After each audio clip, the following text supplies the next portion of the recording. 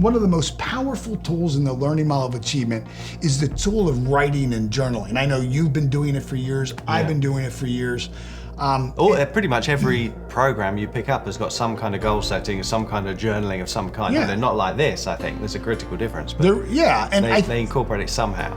And you and I have spent time with some of the top thought leaders and teachers in the world. And if you study the lives of any successful achiever, really in any endeavor, you're going to find that at some point in time, they became habitual writers. And now that doesn't mean that they wrote books or poems or even streams of conscious fluid thought. It means that they became aware of an authentic voice inside of them that was seeking expression, and they would write down and capture what that voice had to say. And writing it down helps that flow, doesn't it? Helps you connect to it and helps it come out, and obviously record and give you a chance to think about what does come out when you do connect.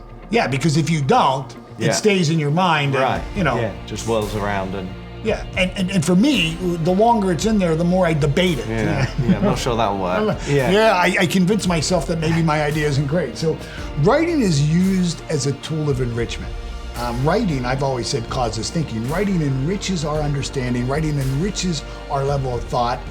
It takes us from thinking to contemplation is what writing does. And in this, what we're journaling is really a conversation. We're transcribing, if you can imagine, a conversation between you and spirit, and then spirit and you. And so, but also you're giving birth to it, aren't you? That's so right. You're not keeping it inside, because we can have that little voice, inside. But if we don't give birth to it, maybe it's a little further away. That's a great point. You can see it on paper. You can. The writing give it life. Well, I think when you write out a vision or an inspired, idea, and think of the word inspired, it comes from the Latin word in spirit, in spirito. It's a communication between you and God. And when you write it out, that's the first physical manifestation of the new building, of the new business.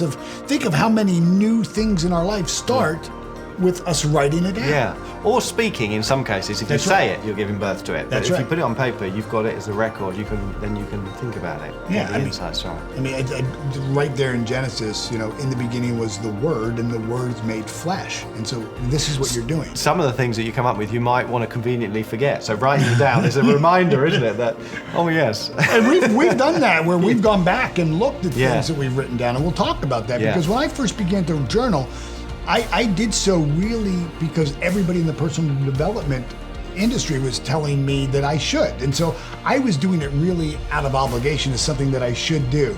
But this is very different to that, though, isn't it? And you're going to see as we go on, this is very different. Yeah, and there's a reason why we call it authentic journaling and not just journaling. Right. Because the process is different. So I can tell you honestly that this practice of authentic journaling is so profound that it can and it will change your life. I can honestly tell you that I have never done this process of authentic journaling and written out a life beyond my own physical experience, beyond kind of my current conditions and circumstances, and not see that life be birthed into existence.